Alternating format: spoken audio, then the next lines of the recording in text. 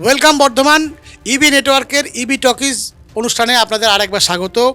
আজকে আপনাদের সাথে আলাপ করে দেব একজন তরুণ তুর্কি নেতা এবং বিধায়ক, সদ্য নির্বাচিত বিধায়ক, আমার অত্যন্ত প্রিয়জন সৌমেন কারপার। সৌমেন, তোমাকে আমাদের অনুষ্ঠানে স্বাগত জানাই। প্রথমে বলি, এই যে ইবি টকিজ, এটা দক্ষিণবঙ্গের প্রথম পডকাস্ট সেটআপ, এটা কেমন লাগছে এখানে এসে? না, ভালো। আমাদের গ্রামের মানুষদের কথা শোনার লোক কম। আপনারা যে গ্রামের মানুষদের কথা তুলে ধরার জন্য এরকম একটা ইনফ্রাস্ট্রাকচার তৈরি করেছেন, এবং বিশেষ করে আমাদের আর বাংলার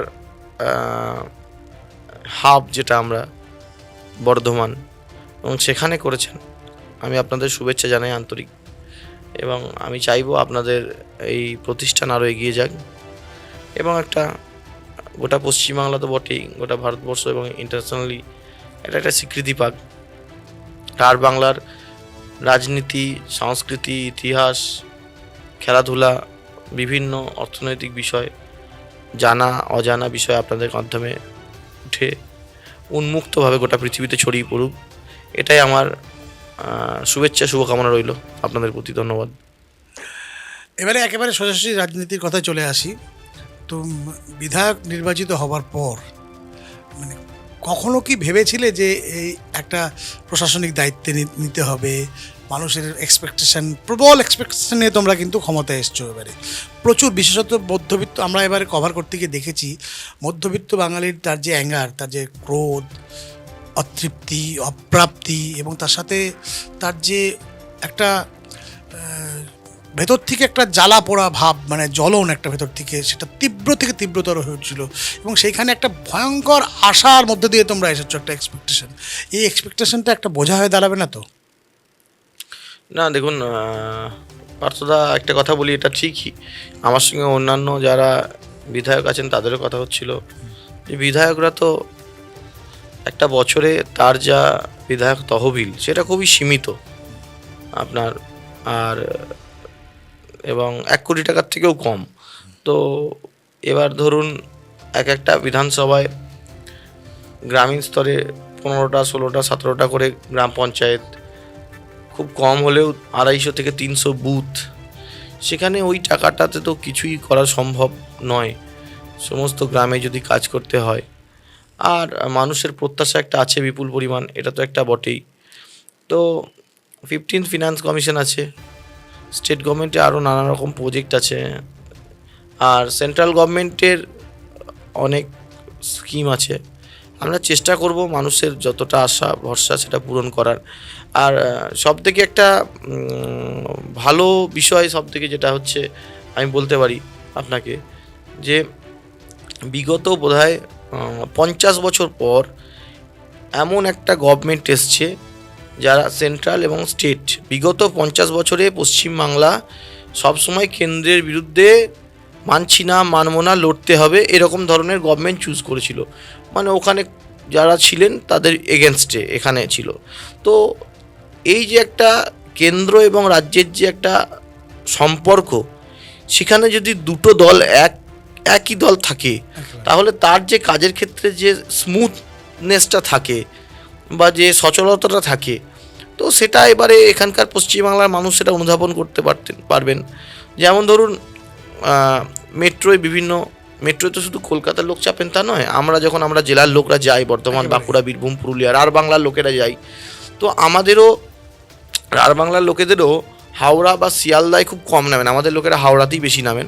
তো এই হাওড়া বা শিয়ালদাতে নেমে আগে আমাদের বাস ট্রেনে গরমে ঘেমে একটা বিশৃঙ্খল পরিস্থিতিতে যেতে হতো।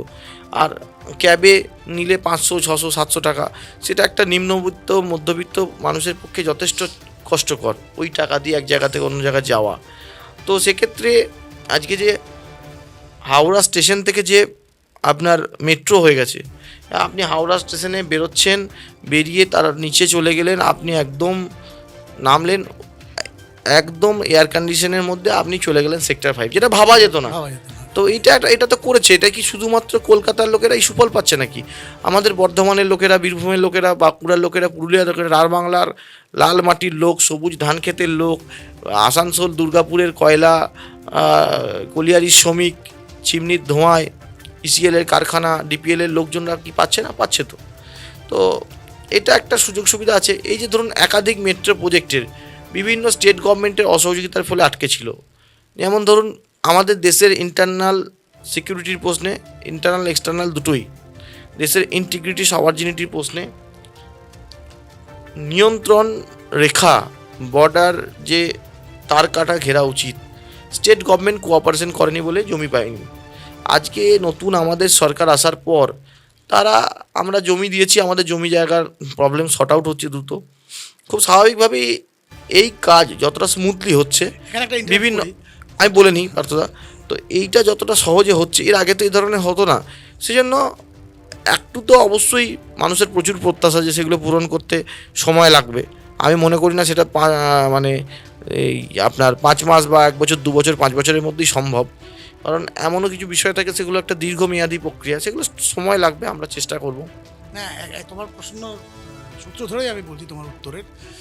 গতকাল আমরা দেখলাম আমাদের জেলা শাসক একটা প্রকল্প উদ্বোধন করলেন, বর্ধমানে লঞ্চ হলো, জনভাগিদারি প্রকল্প, যেটা তোমার বিধানসভা এলাকাতেও হয়েছে। আদিবাসী যেখানে 50% পপুলেশন আছে তাদের জন্য তাদেরকে ফোকাস করে 7 দিন ধরে একটা নিবিড় ক্যাম্প এবং তাদের সমস্ত সমস্যাকে অ্যাড্রেস করা হবে। একটা পোর্টাল তৈরি করা হয়েছে এবং সেখানে একটা ক্যাচলাইনটাও অসাধারণ লেগেছে আমার, সবসে দূর সবসে পেহলে, সবচেয়ে প্রত্যন্তে থাকা মানুষটার কাছেও উন্নয়নের একটা পরিষেবা দেওয়ার একটা প্রয়াস। এইগুলো আটকাচ্ছিল কোথায়? এগুলো আটকে রাখা হয়েছিল কেন? কি কারণটা তোমার কি মনে হয়? না দেখুন, এই তো সবে সরকার এসছে, এখনও সময় লাগবে। শুধু এই একটা প্রকল্প বা একটা গভর্নমেন্টের স্টেপ দেখে গভর্নমেন্টকে পুরো বিচার করবেন না। গভর্নমেন্ট একটা পজিটিভ মুড নিয়ে চলছে। আমাদের প্রধানমন্ত্রীও বলেছেন যে সরকারি খরচার বহর কমাতে হবে। যারা রাজনৈতিক ব্যক্তিত্ব থেকে যারা সংবিধানের মাধ্যমে শপথ নিয়ে এমএলএ, এমপি, মন্ত্রী হয়েছেন দেশের, তাদের গাড়ি ব্যবহার করা বা বিলাসবহুল জীবনযাত্রার ক্ষেত্রে প্রধানমন্ত্রী যে অনুরোধ করেছেন, উনি ওনার নিজের যে মানে টোটাল যে কনভয় থাকে সেখানে গাড়ি কমিয়েছেন, আমাদের মুখ্যমন্ত্রীও করেছেন। এবং আমাদের যারা এমএলএ আছে তাদেরকেও মুখ্যমন্ত্রী প্রধানমন্ত্রীর কথা স্মরণ করিয়ে নির্দেশ দিয়েছেন যেন আমরা যতটা সহজ সাধারণ জীবনযাত্রা পালন করতে পারি। তো সেগুলো আমরা নজর রাখছি। আর অভিজ্ঞতা থেকে বলতে পারি এই ধরনের প্রকল্প মানে আমাদের মুখ্যমন্ত্রী এবং প্রধানমন্ত্রী দুজনাই যেভাবে যে জায়গা থেকে উঠে এসছেন, একদম স্ট্রিট পলিটিক্স থেকে রাজ্যের মুখ্যমন্ত্রী হয়েছেন একজন, এবং স্ট্রিট পলিটিক্স গুজরাটের একদম আহমেদাবাদের পৌরসভা বা কর্পোরেশন নির্বাচন হ্যান্ডেল করতে করতে করতে করতে গুজরাটের মুখ্যমন্ত্রী হয়েছেন, পরবর্তীকাল দেশের প্রধানমন্ত্রী হয়েছেন। মানে মাটির সঙ্গে কোথাও না কোথাও আমাদের যারা দেশের প্রধানমন্ত্রী, মুখ্যমন্ত্রী, তারা ওয়েল কানেক্টেড এবং মাটির সমস্যা, মাটির কি বিষয় সেগুলো তারা ভালো বোঝেন। আমাদের তো কেউ, আমি প্রধানমন্ত্রী এবং মুখ্যমন্ত্রী, কেউ তো হঠাৎ করে কারোর ভাইপো বা ছেলে হয়ে এসে পরবর্তীকালে রাজ্যের বা মুখ্যমন্ত্রী বা প্রধানমন্ত্রী হয়ে যাননি। যার ফলে মাটির সমস্যা বা এই ধরনের ওয়েলফেয়ার স্কিমগুলো আছে, এগুলো চলবে, এগুলো আগামী দিনে আরও বাড়বে, আপনি দেখতে থাকুন। এবারে এখানে আমার একটা প্রশ্ন, যে গত যে কদিন সরকার তৈরি হয়েছে, তোমরা শপথ নিয়েছো, তো এর মধ্যে কখনো কখনো মনে হচ্ছে যে সত্যি সত্যি একটা সরকার দেখছি না সিনেমা দেখছি, না নায়ক পার্ট 2 দেখছি, 2.0 দেখছি। এত ড্রাস্টিক অ্যাকশান হচ্ছে সরকারের, পরপর অ্যাকশান, এবং এমন কিছু ডায়লগস এবং এমন কিছু থ্রোয়িং সরকারের প্রধান এবং সরকারের তরফ থেকে করা হচ্ছে যেটা আমরা আগে কখনো দেখিনি, নজিরবিহীন। এইখানে একটা প্রশ্ন আমি করব যে এক্ষেত্রে সরকারি কর্মচারীরা আশা করেছিলেন ডিএ ঘোষণা হবে, ডিএ নতুন কমিশন ঘোষণা হয়েছে, সপ্তম পে কমিশন, ডিএ ঘোষণা হয়নি কেন? তো কাল থেকে তো ফেসবুকে বিপ্লব শুরু হয়ে গেছে। না, এটা কিছু লেফট ন্যারেটিভ করতে পারে, ওই লেফটের কাজ হচ্ছে সব করা। এরা ভালো তো কিছু করতে পারে না, এরা সবসময় একটা মানে অস্থির চিত্ত, অস্থির চিন্তাভাবনা আর অস্থির আইডিওলজি। তো আমাদের প্রধানমন্ত্রীর অ্যাসিওরেন্স এবং আমাদের ইস্তেহার বা সংকল্পপত্র, মুখ্যমন্ত্রীরও বক্তব্য 45 ডেজ গভর্নমেন্ট ওথ নেওয়ার 45 ডেজের মধ্যে দেওয়া হবে। আপনি ওয়েট করুন। মুখ্যমন্ত্রীকে আমি যতদূর চিনি, মুখ্যমন্ত্রী হওয়ার আগে ব্যক্তিগতভাবে আগে থেকে মানে মুখ্যমন্ত্রীর কে আমি খুব ঘনিষ্ঠভাবে চিনি মুখ্যমন্ত্রী হওয়ার অনেক আগে থেকে। 2020 সালের 19শে ডিসেম্বর উনি ভারতীয় জনতা পার্টিতে জয়েন করেছেন, আর আমি এসেছি 2020 সালের 30শে ডিসেম্বর ওনার যোগদানের 11 দিন পর, এবং আমার সঙ্গে ওনার ফেব্রুয়ারিতে আলাপ হয়। তো পরবর্তীকালে আমি ওনাকে দীর্ঘদিন ধরে দেখছি। তখন বিজেপির ভেতরে অনেক মুখ ছিলেন, শুধু উনি একা মুখ ছিলেন না, একেবারে তো অনেকগুলোই মুখ ছিল। অনেক মুখ ছিলেন। তো আমি কিন্তু তখন থেকে ওনার সঙ্গে যথেষ্ট আমি টাচে আছি, এবং ওনার যথেষ্ট আমি কি বলবো, ওনাকে খুব কাছ থেকে দেখেছি। তো মুখ্যমন্ত্রীকে যারা চেনেন জানেন দীর্ঘদিন ধরে, উনি 2 থেকে 3 ঘন্টার বেশি ঘুমান না। মানে আমরা যখন মুখ্যমন্ত্রী হয়েছেন তখনও, বা যখন মুখ্যমন্ত্রী হননি তখনও, 2007-8 সাল থেকে, যখন থেকে সিঙ্গুর নন্দীগ্রামের আন্দোলন, সেই সময় থেকে উনি এই প্র্যাকটিসের মধ্যে আছেন। মানে এটা কি করে বলবেন যে পার্থদা তুমি কি করে বলছো, এটা তো বলার জন্য বলে অনেকে হাসবে। মানে আমরা দেখেছি, মানে যারা দাদাকে খুব কাছ থেকে দেখেছে বা চেনে, দাদার হোয়াটসঅ্যাপে দেখা যায় রাত্রি লাস্ট সিন 2:16, 2:50, আবার সকালবেলা যদি কেউ ফলো করে, আবার লাস্ট সিন মাঝখানে 2-3 ঘন্টা অফ হওয়ার পর 5:55, 6:05, যে এই যে 2-3 ঘন্টা গ্যাপের বেশি, এবং উনি আমাকে নিজেও বলেছেন যে আমি 2-3 ঘন্টার বেশি আমি হই না। এটা আমি বললাম তো তোমার শরীর খারাপ, আমি তুমিই বলি। আমাকে কখনো উনি তুমিও বলেন, তুইও বলেন, বকাও দেন খুব। তো আমাকে উনি বলেছিলেন যে আমি 2-3 ঘন্টার বেশি ঘুমাই না। তো আমার 2007-8 থেকে, তো সিঙ্গুর নন্দীগ্রামের সময় থেকে। আর উনি যেটা পরবর্তীকালে বলেছিলেন আমাকে যখন দেখা হয়েছিল, যে বুদ্ধবাবু ভালো লোক ছিলেন, কিন্তু আমার লড়াই ছিল সুশান্ত ঘোষ, লক্ষণ সেঠদের বিরুদ্ধে। তো এই সরকার মমতা ব্যানার্জিকে সরাতে হবে, নাহলে পশ্চিমবাংলার বিরাট ক্ষতি হয়ে যাবে। ওনার সঙ্গে আমার প্রথম সাক্ষাতে উনি আমাকে এই কথা বলেছিলেন। তো উনি কাজ করেছেন, আমি আমার যা সীমাবদ্ধ দায়িত্ব, উনি অপোজিশন লিডার হিসেবে কাজ করেছেন, আমি যুবর বর্ধমান বিভাগের কনভেনার ছিলাম। আর বর্ধমান বীরভূমের টোটাল 28টা বিধানসভা আমার দায়িত্ব ছিল। আমি প্রার্থী হওয়ার 1 মাস আগে পর্যন্ত, 22 সালে, 3-4 বছর ধরে অর্গানাইজেশন দেখেছি। মানে বীরভূমের 11টা সিট, আর পূর্ব বর্ধমানটা আমাদের, যেহেতু আমাদের দলের, যেহেতু আমাদের সাংগঠনিক জেলা লোকসভা ওয়াইজ, মানে অ্যাডমিনিস্ট্রেটিভ প্রশাসনের মতো নয়, সেই জন্য খণ্ডঘোষটা যেহেতু আপনার ওটা বিষ্ণুপুরের সঙ্গে আছে, খণ্ডঘোষ বাদ দিয়ে এদিকের 15টা, আর দুর্গাপুর পূর্ব পশ্চিম এদিকের 28টা টোটাল আমি দেখতাম যুব সংগঠন, এবং ক্যান্ডিডেট হওয়ার 1 মাস আগে পর্যন্ত। সেই জন্য, এবং দাদা এই সমস্ত এলাকায় শুধুমাত্র বর্ধমান ভাতার বাদ দিয়েও এই লাস্ট 4-5 বছর ধরে যতবার এই সমস্ত জায়গায় গেছেন, আমি দাদাকে গেছি, দেখেছি। এবং আপনারা লক্ষ্য করতে থাকবেন, দাদা এদিকে বিভিন্ন সময় যাতায়াতের পথে আমার কাছে দাঁড়াতো। ঝালমুড়ি খেয়েছেন তো? ঝালমুড়ি খেয়েছেন, আমাকে বকতো। আমি যখন জানতে পারতাম ঝালমুড়িটা না, আমি বলি সিগনেচার, আমি দাদা বলি, আমি যখনই জানতে পারতাম যে দাদা এদিকে যাচ্ছে, দাদা কিন্তু কোনো আমাকে বলতো না যে আমি যাচ্ছি তুই দাঁড়া, এরকম ব্যাপার। আমি যখনই জানতে পারতাম যে দাদা আজকে বীরভূম যাবে বা মুর্শিদাবাদ যাবে, আমি দাদাকে বলতাম তুমি দাঁড়াও, একটু দরকার আছে, একটু লোকজনের একটু তোমার সঙ্গে দেখা করবে, মালা ফালা দেবে। দাদা কিন্তু সবসময় আমাদের না, কোনো দরকার নেই, নো নিড। দাদা কিন্তু সবসময় আমাকে বকতেন।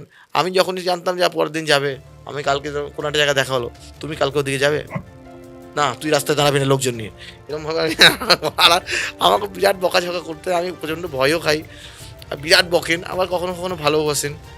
তো যেমন সেদিন নবান্নে যখন প্রশাসনিক মিটিং চলতে আমি যখন বর্ধমানের ধানের দাম, সহায়ক মূল্য, রাইস মিলের গুলো যে ধুঁকছে সেগুলোকে যেন রেনোভেশন করার উদ্যোগে, প্রিভিয়াস গভর্নমেন্টের পলিসির জন্য রাইস মিলগুলো ঠিকঠাক চলে, বা এখানে বর্ধমানের চাল যাতে এক্সপোর্ট হয়ে আরও পৃথিবীর বিভিন্ন দেশে ছড়িয়ে পড়তে পারে, প্রশাসনিকভাবে সেটা সহযোগিতা পায়, এগুলো আমি যখন বলেছি, দাদা অন্যভাবে বোধহয় ডিজির সঙ্গে বা এইচএস ম্যাডামের সঙ্গে কথা বলছিলেন। কথা বলতে বলি, সৌমেন তুমি নিশ্চিন্ত থাকো, 3100 টাকা কুইন্টাল ধানের দাম দেওয়া হবে, কেনা হবে, বাকি যা বিষয় আছে এগ্রিকালচার রিলেটেড লাইন ডিপার্টমেন্টের সঙ্গে কথা বলো। তো এটা তো বড় অ্যাচিভমেন্ট, বড় না। আমাকে দাদা সবসময় ব্যক্তিগতভাবে একটা স্নেহ ভালোবাসা করেন এবং বকেও না। আর আমি এটা দাদা বকলে হয়তো কোনো সময় রাগ হয়, কষ্ট হয়, আবার ঠিক আছে না, এটা অন্যটা। ওনার যা ডেডিকেশন, মানে পাবলিকের প্রতি এবং পশ্চিমবাংলার প্রতি, তো সেই ডেডিকেশন দেখে আমি ওনার যে আমাকে বকেন ঝকেন, হ্যাঁ, সবারই সামনেও হয়তো অনেক সময় বকে দেন, তো সেটা আমি হয়তো সাময়িক একদিন দুদিন একটু মন খারাপ হয়, কষ্ট হয়, তা আবার এগুলো ভুলে যাই। দাদার যে ত্যাগ, মানে আমি মানে কি বলবো, রাজনৈতিক সন্ন্যাসী জীবনে তো অকৃতদার, বিবাহ করেননি এবং সকাল থেকে রাত পর্যন্ত শুধু মানুষের জন্য কিভাবে পাবলিককে সার্ভ করা যায়, এই যে একটা ধারণা, এই যে একটা বিষয়, মানুষের জন্য এত কাজ করা এবং এনার্জি। আর ওনার গাড়িটাই ওনার সংসার, ওই যে গাড়িটার মধ্যেই আপনি সব পাবেন। এই সন্ন্যাসীর প্রসঙ্গে বলি, ওনার সন্ন্যাসী হওয়ার একটা সম্ভাবনা ছিল, মানে ছোটোবেলা থেকেই সেই ওনার মেন্টাল সেট আপ, ভারত সেবাশ্রমে যেতেন। এবং আরও শুনলে তোমার ভালো লাগবে, তুমি নিশ্চয়ই শুনেছ এতদিনে, খবরও হয়েছে, আমরাও খবর পড়েছি, বর্ধমান জেলার খণ্ডঘোষ এলাকার কৃষ্ণপুর কুকুরা, যেটা ঘনরাম চক্রবর্তীর জন্মস্থানও বটে, সেই পরিবার আর ওনার পরিবার একই পরিবার, দুটো শাখা, এবং আদিতে নাকি তারা সেই পরিবারেরই সদস্য। এবং যদি এটা হয় তাহলে আমরা তোমার কাছ থেকে আশা করব ওনার জন্মস্থানে কৃষ্ণপুর কুকুরায় ঘনরাম চক্রবর্তীর মেলায় আমরা নিশ্চয়ই মুখ্যমন্ত্রীকে দেখতে পাবো। আমি জানাবো দাদাকে। আর এর আগে যখন একটা ইন্টারভিউ হয়েছিল একটা প্রতিষ্ঠিত চ্যানেলে, আমি নাম করেই বলছি, এবিপি আনন্দে, তো সেখানে তো প্রথমে ইন্টারভিউ শুরু হয়েছিল যে আপনারা বর্ধমানের ব্রাহ্মণ পরিবার, পরবর্তীতে আপনারা মেদিনীপুর আসেন। তো আমি এখানে কিছু সংবাদ মাধ্যম খবর করেছি ওই খণ্ডঘোষে ওনার যে গ্রামের বাড়ি, তো এই বিষয় নিয়ে আমি সেটা ওনাকে পাঠিয়েছি, আর দীপেন্দুদাকেও পাঠিয়েছি যে ওনাদের এটা। তো আমি আমাকে যদি ডিটেলস দেন আমি দাদাকে নিশ্চিতভাবে জানাবো এবং অনুরোধ করবো এখানে আসার জন্য। এবার ওনার বিজি শিডিউল, উনি কতটা সময় দিতে পারবেন বলতে পারছি না, বাট আমি যতদূর দাদাকে চিনি, উনি এই 5 বছরে বর্ধমানে কোনো সময় আপনার যেহেতু পৈতৃক ভিটে একবার তো টাচ করবেন। নিশ্চয়ই। আমি এই প্রসঙ্গে তুমি যেহেতু মনে করিয়ে দিলে, তোমার সাথে আমার দীর্ঘদিনের সম্পর্ক, সেই সূত্রেই বলছি, সিঙ্গুর এবং নন্দীগ্রাম দুটোই প্রত্যক্ষভাবে যাওয়ার এবং কভার করার অভিজ্ঞতা আমার আছে। অল্প দিনের জন্য হলেও আমি গিয়েছি, অফিস থেকে আমাকে পাঠানো হয়েছিল, আমার হাউস থেকে। তো আমি দেখেছি সেখানে শুভেন্দু মাইতির কনভিকশন, শুভেন্দু অধিকারীর কনভিকশন, শুভেন্দু অধিকারীর যে জিল, তার যে টিম ম্যানেজমেন্ট, তার যে সংগঠন করার ক্ষমতা, সেটা আমি টের পেয়েছি ওখানে গিয়ে, বিশেষত নন্দীগ্রামে গিয়ে একদম প্রত্যক্ষভাবে সেটা, সেই উত্তাপ অনুভব করতে পেরেছি। আমি একটা অন্য প্রশ্ন করছি, তার যে সন্ন্যাসী সত্তা, সন্ন্যাসী মানেই তো সর্বজন সুখায় সর্বজন হিতায়, কিন্তু আমাদের দেশটা তো বহুত্ববাদেরও দেশ, বিভিন্ন রকম বিধিনিষেধ আরোপ করা হচ্ছে, কুরবানির ক্ষেত্রে, রাস্তায় নামাজ পড়ার ক্ষেত্রে, তো এত বিধিনিষেধ এসেই কি আরোপ করার প্রয়োজন ছিল? না দেখুন, সন্ন্যাসী, রাজনৈতিক সন্ন্যাসী বলতে যেটা বোঝায়, আমি তো দাদাকে সেইভাবেই দেখিয়েছি। আর দাদার ব্যক্তিগতভাবে কে কী বলছে আমি জানি না। দেখুন, স্টেট গভর্নমেন্ট বা প্রশাসন এমন কিছু করছে না যেটা কনস্টিটিউশনের বিরোধী। 1950 সালের আইন আছে যে কোনো পশুকে যদি হত্যা করতে হয়, বা যেটা বলছেন আপনি, বলি বলুন, কুরবানি বলুন, তার সার্টিফাইড হতে হবে সেই পশুটা যেন 14 বছর প্লাস বয়স হয়। তো কেউ তো বলেননি যে এটা হবে না, তো সেটা তার জন্য কনসার্ন লাইন ডিপার্টমেন্ট আছে, পশু প্রাণী বিকাশ দপ্তর, এবং সেখান থেকে তারা যদি সার্টিফিকেট নিয়ে আসতে পারে তো সেক্ষেত্রে তো কোনো অসুবিধা হওয়ার কথা নয়, তো বলেনি। আর দ্বিতীয় বিষয় হচ্ছে, কোথাও বলেনি যে নামাজ পড়া যাবে না, নামাজ মসজিদের ভেতরে পড়ুক না, কে বারণ করেছে, কিন্তু কোনো রাস্তার ভেতরে না পড়লেই হলো। আপনি বলুন যে আজ পর্যন্ত গিয়ে যে বলছিল যে মুসলিমদের কিন্তু তাড়িয়ে দেবে, এভাবে কোথায় কোন মুসলিম? আমি তো একটা গ্রামে যেখানে বাস করি সেখানে তো 65% মুসলিম থেকে 35% হিন্দু কমিউনিটির লোকজন আছে। আপনি বলুন, আজকে সকালবেলা গিয়েও আমি বিজয় মিছিলের সময় তো বাড়ির দূরে দূরে দাঁড়িয়েছিলাম, সবাইকে লাড্ডু দিয়ে এসেছি। কার বাড়ি আক্রমণ হয়েছে, কটা লোক ঘরছাড়া হয়েছে, কটা মসজিদে কোনো রকম কিছু আপনার হামলার খবর এসছে, কটা মুসলিম সম্প্রদায়ের মানুষকে মারধর করা হয়েছে। আসলে গল্পের গুরু গাছে ওঠানো লেফট আর তৃণমূলের একটা ন্যারেটিভ আছে, সেই ন্যারেটিভে আসলে মানুষকে পরীক্ষা করে দেখুন আগে পুরোপুরি কী হয়। কিন্তু যেটা আইন আছে সেটা তো সবার জন্য প্রযোজ্য। আইন এরকম হতে পারে না যে শুধুমাত্র আইনটা হিন্দুদের জন্য প্রযোজ্য, মুসলিম কমিউনিটির জন্য প্রযোজ্য নয়, সেটা মানতে হবে।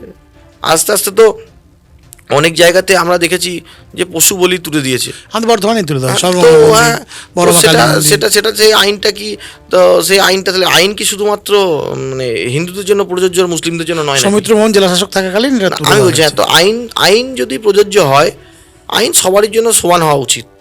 আইন মুসলিম কমিউনিটির জন্য রিল্যাক্সেশন দেবে আর হিন্দু কমিউনিটির জন্য চাবুক চালাবে, সেটা তো হতে পারে না।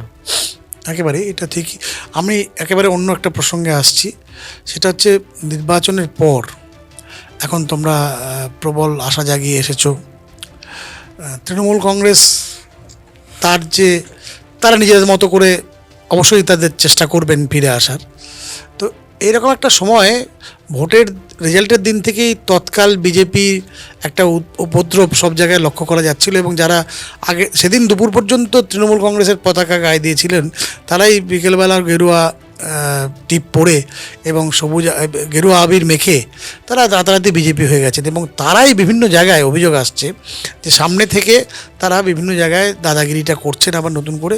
এইটা আটকানোর জন্য তুমি কি ভাবছো বা কি কতটা কি করতে পেরেছো? না দেখুন, এইটা যদি কেউ বলে থেকে ভুল হয়েছে। আপনি জবে থেকে 4 তারিখে রেজাল্ট বেরিয়েছে, আপনি প্রত্যেকটা থানায় খবর নিন, এক একটা থানায় এক একটা বিধানসভায় শয়ে বিজেপির নেতা কর্মীর অ্যারেস্ট হয়েছে। একদম কিছু না করেও অ্যারেস্ট হয়েছে, এরকম আছে। হয়তো পায়নি, তৃণমূল অভিযোগ করছে যে মানে মনে মনে ভাবছে যে আমাকে ওর বাড়ি ভাঙতে আসতে, মানে এটা আর কি, যে হয়তো কোথাও 10টা লোক অ্যাসেম্বল হয়ে আনন্দ করছে, সঙ্গে সঙ্গে পুলিশকে বলেছে, পুলিশ তুলে নিয়ে চলে এসেছে। তো আমরা জিতে যাওয়ার পরও অনেক সংযম রাখছি, কারণ আমরা তৃণমূলের ছেঁড়া জুতোয় পা গলাতে চাই না, বা সিপিএমের ছেঁড়া জুতোয় পা গলাতে চাই না। বিজেপি এর আগেও একাধিক রাজ্যে 18-20টা রাজ্যে আমাদের সরকার আছে, মুখ্যমন্ত্রী আছে, দেশের প্রধানমন্ত্রী আছেন, কিন্তু কোথাও আমাদের বিরোধী সিপিএম, কোথাও কংগ্রেস, কোথাও ডিএমকে, কোথাও সমাজবাদী পার্টি, কোথাও বহুজন সমাজবাদী পার্টি, কোথাও আরজেডি, কিন্তু আপনি কোথাও দেখতে পারবেন না যে বিরোধী দলের নেতা কর্মীদের বাড়ি ঘর ভাঙচুর, আক্রমণ, মার্ডার, তাদের মহিলাদের উপর অত্যাচার, রেপ, এগুলো হচ্ছে। কিন্তু 21 সালের পর আমরা দেখেছিলাম 321 জন খুন হয়ে গেছে। তো সেক্ষেত্রে আগের দিন যখন অ্যাসেম্বলি হাউসে অপোজিশন লিডার শোভনবাবু যখন বললেন যে স্বৈরাচারের পদধ্বনি, তখন আমাদের মুখ্যমন্ত্রী দাদা বললেন যে কোথায় স্বৈরাচার, আমাদের 321 জন খুন হয়ে গেছিলো, আপনাদের তো তিনটেও কিছু ঘটনা ঘটেনি। আপনারা যারা বলছেন ঘর ছাড়া আছেন, তো তারা আপনারা ডিজিপিকে বা এসপিকে লিস্ট দিন, আমাদের ওই জেলার এসপি আর যারা এমএলএ আছেন, যার বিধানসভা এলাকায় যে ঘর ছাড়া আছেন, গিয়ে ঢুকিয়ে দেবে, বাড়িতে গিয়ে ঢুকিয়ে দিয়ে আসবেন এবং পিসফুলি তারা থাকবেন। তো ওনারা ওই লিস্ট দেননি, তো মুখে গল্পের গরু গাছে উঠলে হবে নাকি? আর দ্বিতীয় বিষয় হচ্ছে, একটাই উনি শর্ত দিয়েছেন যে তাদের নামে 21 সালে পোস্টপোল ভায়োলেন্সে যেন কোনো রকম অভিযোগ বা কোনো ঘটনায় তাদের ইনভলভমেন্ট না থাকে, যদি থাকে তাদের জেল হবে। বাকি যারা তৃণমূল করেছে, কংগ্রেস করেছে, সিপিএম করেছে, কারোর তো কোনো অসুবিধা নেই। আচ্ছা, আর আমি তো আপনাকে দায়িত্ব নিয়ে বলতে পারি, এখনও ভাতারের এক্সএমএলএ মানগোবিন্দ অধিকারী সকাল বিকাল 10 জন 15 জন 20 জন লোক নিয়ে ওনার গ্রামের মোড়ে এরুয়ার পার্টি অফিসে বসছেন, সাইকেল নিয়ে যাচ্ছেন, বসছেন ওনাকে ওনার কি হতে কে, তো আমরা যদি মনে করতাম ওনার পার্টি অফিস বন্ধ করে দিতে পারতাম। হ্যাঁ, এখানে একটা প্রশ্ন আসছে, মানে প্রশ্ন না, একটা জিনিস আমরা লক্ষ্য করলাম তোমার কিছু ইনিশিয়েটিভ, যে তুমি প্রথম দিন এরুয়ার গ্রামে গিয়ে তার সাথে কথা বলেছো, সৌজন্য বিনিময় হয়েছে, তিনি তোমাকে কিছু সাজেশন দিয়েছেন, তুমি সাজেশন চেয়েছো। তিনি যেদিন আহত হলেন একটা ইনসিডেন্টে, একটা ঘটনা ঘটলো, সংঘাতের ঘটনা, সেই সংঘাতে তুমি তাকে হাসপাতালে নিয়ে এলে, এটাও কি সিনেমেটিক করার চেষ্টা, না এটা তোমার? না, আমি শান্তিনিকেতনে ছিলাম। দেখুন, আমি শান্তিনিকেতনে ছিলাম, এবং আমি যেহেতু বললাম না দীর্ঘদিন আমি বীরভূমেও দায়িত্ব ছিলাম, তো ওখানকার যুব আমি দেখতাম প্রার্থী হওয়ার 1 মাস আগে পর্যন্ত, তো আমি ছিলাম। তো ওখানকার যে যুবর যারা লোকজন ছিল তাদেরকে আমি বলছিলাম যে ওখানে দিলীপদা দাঁড়িয়েছিলেন আমাদের, তো ওখানে একটা বিজয় মিছিল ছিল, আমি বললাম তাহলে আমি এখানে আছি, একটা কাজে এসেছিলাম, তো তোমাদের বিজয় মিছিল থাকবো। ওরাও বললো দাদা এসো, ওরা আমাকে ইনভাইট করেছিল, তো আমি যাব, ও আমি গিয়ে দাঁড়াবো, সঙ্গে সঙ্গে ফোন এলো, উনি আমাকে ফোন করেছিলেন, সিনেমাটিক কোনো বিষয় নয়, যে আমি এরকম আক্রান্ত হয়েছি, তা তুই কোথায় আছিস, তুই পারলে একবার আমার কাছে আয়। তো আমি তখন আমার প্রোগ্রাম ক্যান্সেল করে, ওখান থেকে তো 20-25 কিলোমিটার রাস্তা ঘুষকারা দিয়ে পেরিয়েই আমি মিনিট 40-45-এর মধ্যে এরুয়ার ঢুকি। তো এবং পরবর্তীকালে পুলিশ থাকে, তার আগে আমার যাওয়ার আগে পুলিশ ছিল, এবং উনি হসপিটাল যেতে চাইছিলেন না, যেহেতু ওনার একটা ব্লিডিং হচ্ছিল। তো আমি আমার এটা ঠিকঠাক লক্ষণ লাগেনি মেডিকেলি, আরও ওনার স্বাস্থ্যের অবনতি হতে পারত, সেই জন্য উনি যেতে চাইছিলেন না, বলছিলেন ভাতার হসপিটালই হয়ে যাবে, বা ভাতার হসপিটালে যাবো না। তখন আমি ওনাকে একটা ধমকেই চলুন গাড়িতে চাপুন, মানে একটুখানি ধমকে চমকি জোর করে গাড়িতে চাপিয়ে বর্ধমানে আমি নিয়ে আসি। নিশ্চয়ই আগামী দিনেও তোমাকে এরকম ভূমিকা দেখতে পাবো, এটা একটা বড় সৌজন্যের উদাহরণ, এটা আমরা তোমার কাছে কথা শুনে বুঝলাম। কিন্তু না দেখুন, সৌজন্যের ব্যাপার নয়। দেখুন, আমি বললাম তো, আমি আমার নেতা শুভেন্দু অধিকারী, নরেন্দ্র দামোদর দাস মোদী, হ্যাঁ, আমার নেতা শ্রমিক ভট্টাচার্য, নীতিন নবীন, অমিত শাহ, জেপি নাড্ডাজি, তো এরা তো কোথাও আমি দেখছি না যে মানে কোনো রকম খারাপ কিছু দেখছি না। আমি তো দেখতে পাচ্ছি আমার মুখ্যমন্ত্রী, আমার নেতা, উনি প্রাক্তন মুখ্যমন্ত্রী বাড়ির সামনে নিরাপত্তা বজায় রেখে তার সম্মান এবং তার নিরাপত্তা যাতে কোনো আঘাত না পায়, ব্যাহত হয়, সেই জন্য উনি পুলিশ পিকেটিং রেখেছেন বা যাবতীয় যা করছেন, তো উনি ওনার স্তরে করছেন। প্রধানমন্ত্রীও বিভিন্ন ঘটনার সময় যতই রাহুল গান্ধী, সোনিয়া গান্ধী ওনার বিরোধিতা করার চেষ্টা করুক না কেন, উনি গিয়ে ওনার পরিবারের পাশে দাঁড়ান, একাধিকবার হন। মানে ওনারা যা স্ক্যাম করেছেন বা যা হয়েছেন, আজকে রাহুল গান্ধী, সোনিয়া গান্ধী, প্রিয়াঙ্কা গান্ধীদের জেলের পেছনে থাকার কথা। এটা আমাদের নরেন্দ্র মোদীজির একটা মহান মনোভাব যে ওনারা এখনও বাইরে আছেন, কারণ ওনাদের এত স্ক্যাম আছে। তো এটা তো সেক্ষেত্রে আমি ওনারা স্তরে করছে, জাতীয় স্তরে, রাজ্য স্তরে, আমি আমার বিধানসভা স্তরে, আমি বিধায়ক হওয়ার পর আমি বিধানসভা স্তরে যিনি প্রাক্তন বিধায়ক ছিলেন তার নিরাপত্তা সম্মান যাতে অক্ষুণ্ণ থাকে, আমি সেটাই করেছি আমার নেতাদের দেখানো পথে। এটাই গণতান্ত্রিক প্রকরণ, এটাই হওয়া উচিত। কিন্তু আমি তোমাকে একটা প্রশ্ন করছি, তোমার আগে ভোলা সেন থেকে শুরু করে অনেকেই বিধায়ক, মোহাম্মদ মসিদ থেকে শুরু করে অনেকেই বিধায়ক, মেহবুব জাহিদি ছিলেন, মন্ত্রী ছিলেন 91 থেকে 96। একদম। তাছাড়াও আরও অনেকে বিধায়ক হয়েছেন, সুভাষ মণ্ডল হয়েছেন, বনমালী হাজরা হয়েছেন। সুভাষ মণ্ডল দুটো আছে কিন্তু, হ্যাঁ, দুজন সুভাষ মণ্ডল, হ্যাঁ, সুভাষ মণ্ডল, তৃণমূলের সুভাষ মণ্ডল হয়েছেন। তো এদের মধ্যে মানুবাবু হয়েছেন, আবালতা কুণ্ডু হয়েছিলেন, ভাতারের মহিলা আবালতা কুণ্ডু, তারপরে উনি সম্ভবত যাদব পাঁজার কন্যা ছিলেন, যাদব পাঁজার স্বাধীনতা সংগ্রামী মন্ত্রী ছিলেন পরবর্তীকালে, কংগ্রেস সভাপতি। হ্যাঁ, উনি সম্ভবত ওনার কন্যা, আমি যদি ভুল না জানি। এটা খুব দরকারি, ওনার যাদবনাথ পাঁজার একটা বড় অবদান আছে ভারত, আমাদের বর্ধমান জেলার ইতিহাসে। এবং একটা সময় তো আমি যতদূর জানি, খুব ভুল না হলে, ভাতার এবং গলসি কনস্টিটিউয়েন্সি একটা কনস্টিটিউয়েন্সি ছিল, পরবর্তীকালে ভাগ হয় এবং ওই দিকটা গলসি হয়ে যায়, এদিকটা ওটা রিজার্ভ হয়ে যায়। আমার প্রশ্ন হচ্ছে যে এই এতজন বনমালী হাজরা ছিলেন, এতজন বিধায়কের মধ্যে তুমি কাকে এক নম্বর মনে করো, কাকে মনে করো যে তাকে বিধায়ক হিসেবে আদর্শ নিজের সামনে, মানে একাধিকবার বলেছি ভোলানাথ সেন, একদম এই নিয়ে কোনো রাগডাক করার কোনো জায়গা নেই। ভাতারকে চেনেই লোকে ভোলা সেনের নাম করে। এই আমার সঙ্গে কৌস্তব বাগচি যখন দেখা হয়, না উনি হতে পারেন মন্ত্রী, ভাতার থেকে বিধায়ক, কিন্তু ভোলা সেনের যে কাজ, সেই কাজের উনি ধারে পাশে আসতে জানি। আমি ওনাকে অসম্মান করছি না, কিন্তু উনি মন্ত্রী হওয়ার পর জেলা পরিষদের সভাধিপতি, এমপি ছিলেন, উনি গুসকারায় পৌরসভা করে নিয়েছেন। ভাতার থেকে যেখান থেকে উনি ইলেক্টেড হয়েছেন, সেখানের জন্য কি করেছেন? সত্যি ভাতার কিন্তু পৌরসভা হওয়া অনেক আগেই দরকার ছিল। না, আমি বলছি ভাতার থেকে কি করেছেন উনি, আমাকে যদি বলেন আপনি। উনি ভাতার থেকে কেন্দ্র থেকে দাঁড়িয়ে বিধায়ক হয়ে মন্ত্রী হয়েছেন। উনি গুসকারাটাকে মিউনিসিপ্যালিটি করেছেন, বিনয় কুমার মেমারিটাকে মিউনিসিপ্যালিটি করেছেন, কিন্তু ভাতারে তো লেফট গভর্নমেন্ট আসার আগে থেকে ওখানে সব ইনফ্রাস্ট্রাকচার আছে। ওখানে তো ভোলাবাবু ওটাকে সাব ডিভিশন করা এবং ওখানকার কোর্টের জন্য বিল্ডিং, যেটা আগে বিএলআর অফিস ছিল, এখন বিএলআর অফিসটা পাশে শিফট হয়ে গেছে, ওটা কোর্টের বিল্ডিং। আপনি ভাবুন, আজ থেকে এখনও পৌরসভায় গুসকারায় বা মেমারিতে হয়েছে কিনা আমি জানি না, মেমারিতে কোনো এখনও হয়নি ফায়ার স্টেশন, বা হয়েছে তো এই রিসেন্ট হয়েছে 2-5 বছর, তো গুসকারা এখনও নেই। তো পৌরসভায় এখন যেখানে নেই, তো ফায়ার স্টেশন, কাটুয়ারও আগে ভাতারে ফায়ার স্টেশন হয়েছে, কাটুয়া। তো উনি ফায়ার স্টেশন, এই যে বর্ধমানে বাঁকায় যে আপনার গভর্নমেন্ট হাউজিং আছে, সেরকম গভর্নমেন্ট হাউজিং ভাতারে আছে, একাধিক কোয়ার্টার আছে, স্টেডিয়াম, সমস্ত ইনফ্রাস্ট্রাকচার একটা সাব ডিভিশন এবং মিউনিসিপ্যালিটির জন্য তো সেটা তৈরি আছে। তো সেটাকে উনি করে গেছিলেন একটা মহকুমা এবং একটাকে আপনার পৌরসভা করার। তো আমি সেটাকে চেষ্টা করব কাজ করার। তো তোমার অগ্রাধিকার কোন কোন ক্ষেত্রে আছে ভাতারের জন্য?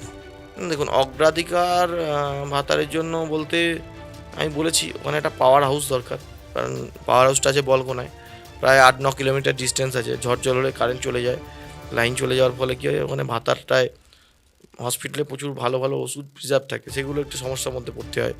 আর যেহেতু পাওয়ার হাউসটা একটু দূরে দূরে, ভাতারের হেডকোয়ার্টার হচ্ছে ভাতার বাজারটা, ব্লক অফিস থেকে আরম্ভ করে যাবতীয় অ্যাডমিনিস্ট্রেটিভ লোকজন থাকেন, সব অফিসে তো ডিজি বা ইনভার্টার সারাক্ষণ থাকতে পারে না, তো এটা একটা সমস্যা হয়। তো ওইটা একটা। আর দ্বিতীয় বিষয় হচ্ছে যে ভোলাবাবু যে অফিসগুলো করেছিলেন সেই অফিসগুলো এই তৃণমূল সরকারের আমলে উঠে চলে যায়। কংগ্রেস করে গেলে লেফট কিন্তু যত কাজ খারাপই করুক না কেন, লেফট কিন্তু এই অফিসগুলোকে তোলেনি, রেখে ছিল। দিয়েছিল।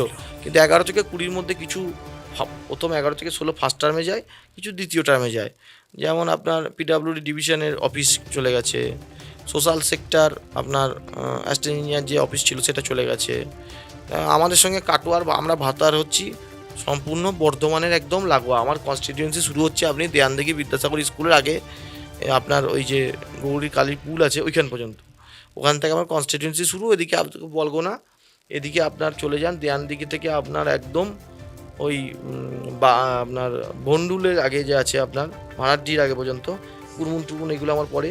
আবার আপনি তালির দিয়ে যখন চলে যাবেন আপনি ওই একদম গুসকারা থানা যেখানে শুরু হচ্ছে, মানে গুসকারা যে ক্যানেলের ব্রিজটার পরেই যে গুসকারা থানা পড়ছে ওর আগে পর্যন্ত একদম অনেকটাই। বলগোনা মোড় আমার এরিয়া। তো এই বিস্তীর্ণ এরিয়ার মধ্যে আমাদের অনেক কাজের সুযোগ আছে, তো সেগুলোকে দেখতে হবে। আর বিষয় হচ্ছে যে আপনার পৌরসভা সাব ডিভিশন থেকে শুরু করে এসবিএসটিসি বাস, যেমন 22টি এসবিএসটিসি বাস, আমি যদি খুব ভুল না জানি, আমি ওটা কালকে বলেছি ডেভেলপমেন্ট মিটিংয়ে ডিএম ম্যাডামকে। তো 22টা এসবিএসটিসি বাস যেগুলো হচ্ছে মুর্শিদাবাদ, মালদা, বীরভূমের বিভিন্ন অংশ, কুলি, নগর, আপনার মালদা, লাভপুর, সাঁইথিয়া, সিউড়ি, এরকম বহু বাস চলে, স্টেট বাস, যেগুলো হচ্ছে আপনার ওই নতুনহাট থেকে মোরাদিপুর, আলীনগর হয়ে নরজা হয়ে বর্ধমান হয়ে যায়। তো সেইটা আমরা নরজা টু আলীনগর যেটা আছে ওটা যদি ভায়া ভাতার করা যায়, মানে 1 কিলোমিটারের মানে একই ডিস্টেন্স, 1 কিলোমিটার এদিক ওদিক, মানে এরকম যাচ্ছে, এটা বিষয়টা যদি এরকম হয় তো তাহলে কী হয়, ভাতার বাজারটা একটা ওয়েল কানেক্টেড হয়ে যায় কলকাতার সঙ্গে, ব্যবসাদারদের উন্নতি হয়। এই ধরনের বিষয়গুলো আছে, অনেক বিষয়ই আছে। ওর গ্রামটা যেমন একটা শান্তিনিকেতন যাওয়ার 20-25 কিলোমিটার আগে, লালমাটি, ছোট্ট ফরেস্ট, প্রাইভেট গভর্নমেন্ট রিসর্ট আছে, সেকেন্ডারি ট্যুরিজমের সেক্টর ডেভেলপমেন্ট করা যায় আমি বলেছি। আর ওখানে প্রচুর ভেস্ট ল্যান্ড আছে, small scale industry, MSME department, concern ডিপার্টমেন্টকে আমি বলেছি ওখানে আরও যদি কোনো প্রজেক্ট থাকে, এবং বেশ কিছু ইন্ডাস্ট্রিয়ালিস্ট আমার কাছে এসছেন, যোগাযোগ করেছেন, যাদের অলরেডি ওখানে প্রজেক্ট আছে, তাদের রিলেটিভরা ওখানে আরও প্রজেক্ট করতে চান। তো এই সব মিলিয়ে চিন্তাভাবনা আছে। আশা করা যায় 2050 সালের যে ভিশন, সেই ভিশনে বিকশিত ভারত, বিকশিত ভারত, সেই ভিশনের সাথে মার্চ করে তোমার বর্ধমান বিকশিত বর্ধমান হবে। শুধু তোমাদের দেখুন মতো ভাতারের বিধায়ক অবশ্যই ভাতারের প্রতি একটা টান, ভাতারের মাটির ছেলে, ওখান থেকে বড় হয়েছি, টান আছে, থাকবে। কিন্তু আমি যেহেতু আমার রাজনীতির সূত্রপাত প্রথম থেকেই, আমি যবে থেকে স্টুডেন্ট পলিটিক্স শুরু করেছি, আমি ধরুন সেই অর্থে 2007-8 থেকে স্টুডেন্ট পলিটিক্সে যাতায়াত আমার ছিল। তো আমার খুব ছোট্ট বয়স, তখন হয়তো 8-9 হাফ প্যান্ট পরা অবস্থা থেকেই ছাত্র রাজনীতি মিটিং মিছিল, এখনও বয়স কত 33+34, এই বয়সে দল এমএলএ করে দিয়েছে মানুষ, দল টিকিট দিয়েছে আর মানুষ এমএলএ করে দিয়েছে। তো দ্বিতীয় সর্বকনিষ্ঠ বিধায়ক, মানে হ্যাঁ, সন্তু পালের পরেই বোধহয় তুমি। হ্যাঁ, তো যাই হোক, তো বিষয় হচ্ছে যে তারপরে যবে থেকে আমি 12 সালে দায়িত্ব পেয়েছি, ছাত্রটার গোটাটার আপনার সেক্রেটারি ছিলাম ভাতারের এবং জেলা স্তরের। তো আমার রাজনীতিতে যখনই একদম অফিসিয়ালিভাবে ওই টুকটাক সমর্থক হিসেবে যাওয়ার পর, বা স্কুল ইউনিট এইগুলো স্তরগুলো পার করার পরই আমি 12 সালে যখন অফিসিয়ালি দায়িত্বে আসি, তখন আমার হয়তো 18-19 বছর বয়স, তখন থেকে আমি জেলা স্তরে কাজ করছি। হ্যাঁ, আমার প্রথম দায়িত্বই ছিল ভাতারের সঙ্গে সঙ্গে আপনার মঙ্গলকোট, বর্ধমান উত্তর, এই দুটো বিধানসভা। তো স্টুডেন্ট পলিটিক্সে দেখতাম। তো পরবর্তীকালে দায়িত্ব বেড়েছে, জেলা সহ সম্পাদক ছিলাম, আরও অন্যান্য বিধানসভা যেতাম, এবং সেজন্য আমি শুধুমাত্র ভাতার কেন্দ্রিক বলা ভুল। এবং পরবর্তীকালে ভারতীয় জনতা পার্টি আসার পর, ভারতীয় জনতা পার্টি প্রথমেই যুবর ভাতার বিধানসভা দায়িত্ব দেওয়ার আসার পরই 22 সালেই আমাকে, মানে জয়েনিংয়ের 1 বছরের মধ্যেই আমাকে স্টেট কমিটিতে নিয়ে চলে যায়, এবং আপনার যে কলেজ আউটরিচ সেল আছে তার দায়িত্ব দিয়েছিল, এবং তার সঙ্গে সঙ্গে বর্ধমান বিভাগের কনভেনার। বর্ধমান বিভাগ বলতে আমাদের লোকসভা অনুযায়ী সাংগঠনিক জেলা হয়, বর্ধমান, দুর্গাপুর, মানে এইদিকে 5টা সিট, ওদিকে দুর্গাপুরের 2টো সিট, দুর্গাপুর পূর্ব পশ্চিম, বর্ধমান পূর্ব খণ্ডঘোষটা ছাড়া পূর্ব বর্ধমানের 15টা সিট, দুর্গাপুর পূর্ব পশ্চিম, আর বীরভূমের 11টা, টোটাল 28টা। সেই জন্য আমার কাজটা বরাবরই জেলা এবং পরবর্তীকালে ছাত্রতেও শেষের দিকে আমি বিভিন্ন সাব কমিটিগুলো ছিলাম স্টেটের, যে পত্রিকা সোশ্যাল মিডিয়া এইরকম ধরনের। তো সেই জন্য প্রথম থেকেই সাব কমিটির অনেক পরিচিত লোকজন বা বিভিন্ন রাজ্যের পরিচিত লোকজন আছে, বা রাজ্যেও যুব রাজনীতি করার ক্ষেত্রে আছে। সেই জন্য ভাতারের বিধায়ক হিসেবে ভাতারের মাটির ছেলে, এখানে জন্মেছি, ওখানে স্কুলে পড়েছি, এখনও ওখানেই থাকি, তো একটা আলাদা টান থাকবেই। কিন্তু আমি ভাতার বা বর্ধমান, বীরভূম, দুর্গাপুর, আসানসোল এগুলোকে খুব একটা আলাদা করতে পারি না। কিন্তু আমার রাজনৈতিক জীবনে জার্নিতে এগুলোর সঙ্গে এত মিশেছি, এখানকার প্রত্যেকটা বাড়ি ঘর, বাজার, চায়ের দোকান, ঠিক আমি তো বীরভূমে শান্তিনিকেতন থাকলেও মনে হয় ভাতারে আছি, বা আমার নিজের জায়গাতে আছি। দুর্গাপুরে ডিপিএল বা জাংশন বা কোথাও যে অফিসগুলো আছে, আমি যেগুলোতে গেলেও মনে হয়, আসানসোল নর্থ থানা যখন কাজী নজরুল ইউনিভার্সিটির সামনে দিয়ে যাই তখন আমার মনে হয় আমি নিজের জায়গায় আছি, যখন শ্যামসুন্দরে যাই তখন আমার মনে হয় নিজের জায়গায় আছি, রায়না দক্ষিণ দামোদরে। আচ্ছা, খড়ি নদী নিয়ে কোনো ভাবনা আছে? এটা তো একটা খুব বড় সমস্যা, খড়ি নদী যে মজে যাওয়া, এটা একটা ন্যাশনাল ক্রাইসিস, ছোট নদীগুলোর মজে যাওয়া। দেখুন, আমি আশা করব বিধায়ক হিসেবে তোমার এইদিকে নজর। এটা বিধায়ক হিসেবে এটা একটা হিউজ, শুধু তো আমার বিধানসভা দিয়ে এটা আসছে না, না, এটা সমগ্র আরো অনেক কটা বলছি। বিধানসভায় বিস্তৃত। এবং লোকের একটা যেটা অভিযোগ যে এইখানকার এই কারখানার জন্য পেপার একটু মিলটা। বেশি সমস্যা, তো সেটা আমি এর আগেও আমার কাছে এই ঘটনা বা একাধিক বিষয়ে নজরে এসছে। এটা concern environment department and industrial যারা আছেন তাদেরকে ডেকে আর অন্যান্য যারা এমএলএরা আছে একটু কথা বলা যাবে, চেষ্টা করব আমি। আমার শেষ প্রশ্ন, পুরনো দল পুরনো সঙ্গীদের মিস করো, মানে কমিউনিস্ট পার্টিকে? না, মিস করি না, আমি মনে করি আমি বেঁচে গেছি। আরও আগে ডিসিশন নেওয়া উচিত ছিল। আমার জীবনের অনেকগুলো মূল্যবান সময় আমি নষ্ট করেছি ভুল মানুষ, ভুল আদর্শের পেছনে। আর আরেকটা কথা কি, মানে এটা আমার ভেতরে কোনো সময় ছিল, মানে আমার ভেতরে যতটা না, আপনি দেখুন আজকালকার দিনে সোশ্যাল মিডিয়ার যুগ, আমি হয়তো এখন বলতে পারি অনেক কথা বদনাম, আপনি আমার লক্ষ্য করে দেখবেন সোশ্যাল মিডিয়া, ওই আমাকে অতই চে গুয়েভারা, ফিদেল কাস্ত্রো অত টানতো না, পরিষ্কার কথা। আমি তো ভয় করতাম হয়তো সাসপেন্ড করে দেবে, নেতাজি সুভাষচন্দ্র বসুর একটা ছবি পোস্ট করে দিতাম। আমার এটা ভারতীয় সংস্কৃতি বা জাতীয়তাবাদ, এটা কোথাও সুপ্তভাবে আমার মধ্যে ছিল। কারণ ওই ব্যাঙ্গালোরে যিনি এমপি আছেন, এমপি ছিলেন অনন্ত কুমার, উনি যখন মারা যান আমি একটা ছবি পোস্ট করেছিলাম ওনাকে শ্রদ্ধা জানি। তো আমাকে পার্টির একজন তৎকালীন যিনি বর্ধমান দুর্গাপুর একসময় ক্যান্ডিডেট ছিলেন, কেন্দ্রীয় কমিটির সদস্য, এখন জানি না পলিট ব্যুরো কী হয়েছে, আমি ওদের পার্টির অত খোঁজ রাখি না। তো তো উনি আমাকে বলেছিলেন এটা কেন করবি, মানে ওরা ন্যূনতম যে একজন লোক মারা গেছে তার আত্মার শান্তি কামনা করছি এটুকু বলা যাবে না। এই এক ধরনের শিব ঠাকুরের আপন দেশে আইন কানুন সর্বনেশে। আর তখন তো অ্যাকচুয়ালি আমরা যারা উত্তর বর্ধমানের লোকজন, বর্ধমান উত্তর, ভাতার, আউসগ্রাম, এরা ছিল হচ্ছে দ্বিতীয় তৃতীয় শ্রেণীর বিধানসভা। প্রথম শ্রেণীর বিধানসভা ছিল বর্ধমান দক্ষিণ, রায়না খণ্ডঘোষ, মানে বাবুরা আগে বলতেন রায়না খণ্ডঘোষ আর বর্ধমান দক্ষিণের লোকের আগে, আর আমরা এসে আউসগ্রাম, ভাতার, গলসি পেছনের সেটা বসে থাকতে হতো অমল হালদার, উদয় সরকারদের জন্য। তো ওটা চলবে না, বর্ধমান উত্তর দক্ষিণ সবাই সমান। আমার আজকে খণ্ডঘোষ জেতেনি, কিন্তু আমার কাছে খণ্ডঘোষ আমার মামার বাড়ি খুদকুড়িতে। তো খণ্ডঘোষের যদি একটা লোক এসে বলে ভাই আলু চাষের সমস্যা আছে, আমি শুনবো না যে আমার ভাই, আমার উত্তর বর্ধমানে হাটগোবিন্দপুর কুরমুনের লোকেদের কথা, আমার বন্ডুল এদিকে বাগানের লোকেদের কথা শুনবো, ভাতারের লোকেদের কথা শুনবো, গলসির লোকেদের কথা শুনবো, আর রায়না খণ্ডঘোষ আর বর্ধমান দক্ষিণের লোক এলে ভাই বস তোরা 2 ঘন্টা বাদে আয়, এই যে বিমাতৃসুলভ আচরণ, এটা চলতে পারে না। তো যেহেতু তুমি দুটো ঘরানাই দেখেছো কাছ থেকে, তোমার কি দুটো সংগঠনই, আরএসএস এর প্রতিষ্ঠা এবং কমিউনিস্ট পার্টির প্রতিষ্ঠা প্রায় একই সময়, 1920-র আশেপাশে। 100 বছর পেরিয়ে গেল। আরএসএস আজকে আরএসএসের পর জনসংঘের পর হিন্দু মহাসভার পর আজকে বিজেপি ভারত শাসন করছে, ভারতবর্ষের বেশিরভাগ রাজ্যে তাদের শাসন। না, শাসন করছে টানটা আমার অসুবিধা আছে, পরিচালনা আমাদের করছে। প্রধানমন্ত্রী সেবা করছে, সে যাই হোক। আর অন্যদিকে কমিউনিস্ট পার্টি গোটা ভারতবর্ষে ছড়িয়ে ছিল, কমতে ক্ষীণ থেকে ক্ষীণতর হয়ে যাচ্ছে। তোমার কি মনে হয় এই যে ভারতীয় কমিউনিস্ট পার্টি না হয়ে ওঠা, ভারতের কমিউনিস্ট পার্টি অর্থাৎ ভারতীয়ত্বের অভাব ঘটেছে, না অধার্মিক হওয়াটা? কারণটা কি? কমিউনিস্ট পার্টি পিছিয়ে পড়লো কেন?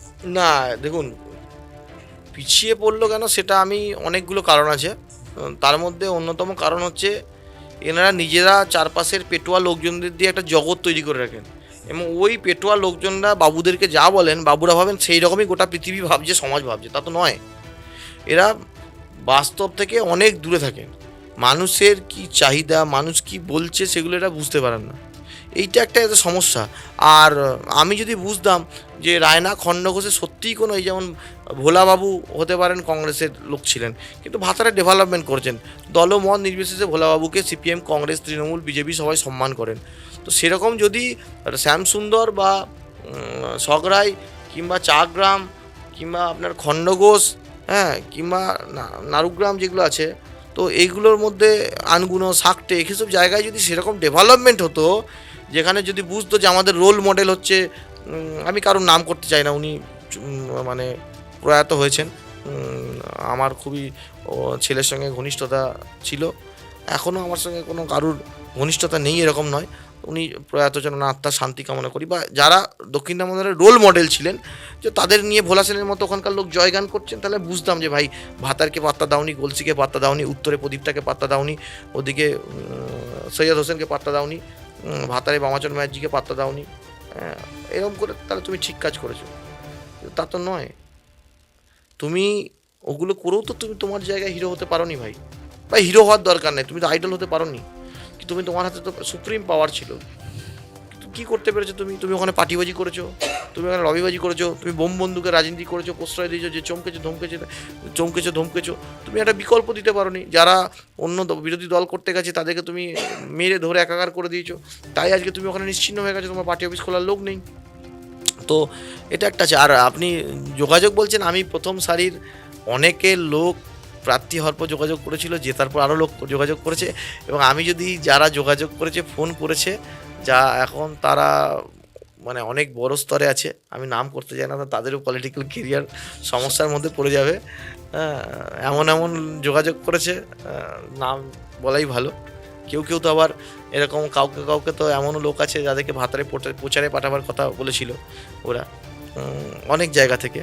তো ওরা বলেছে না, দু একজন বলেছে যে তারা, সে একদম মিডিয়ায় সবসময় লাইমলাইটে থাকে, এরকম মানে অনেক দলে আছে, আমি নাম বলছি না।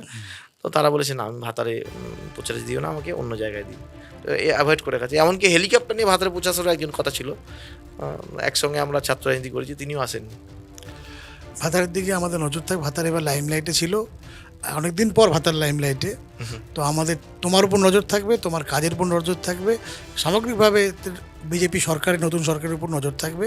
আশা করি তুমি মানুষের প্রত্যাশা পূরণে আরও বেশি অগ্রসর হবে এবং সাফল্য পাবে, এই শুভকামনা রেখে আজকের এই এপিসোড এখানে শেষ করছি। ভালো থাকবে, ধন্যবাদ, নমস্কার।